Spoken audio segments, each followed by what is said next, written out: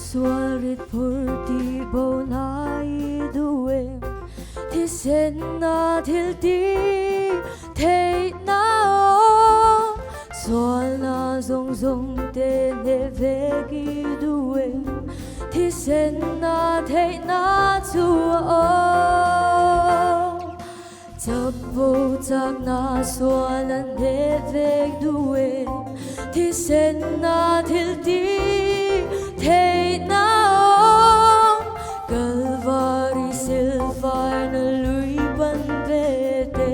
thì sen na thei na chu o thil ti thei na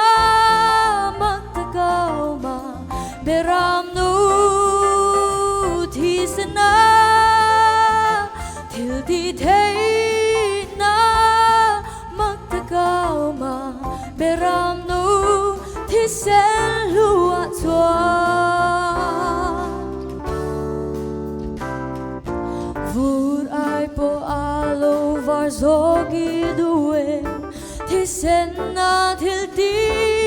thei na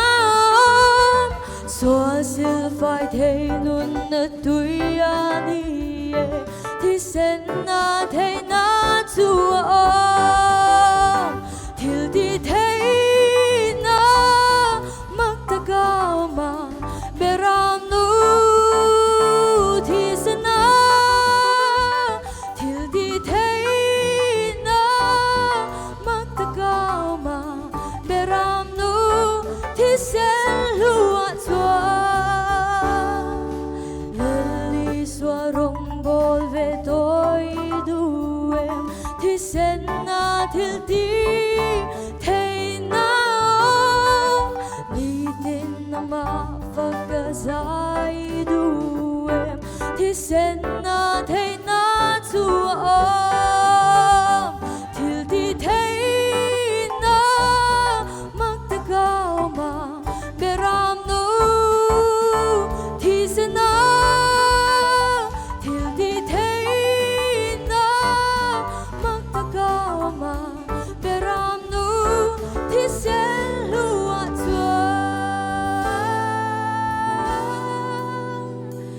beram nu thì sen lua chua le paro pivero se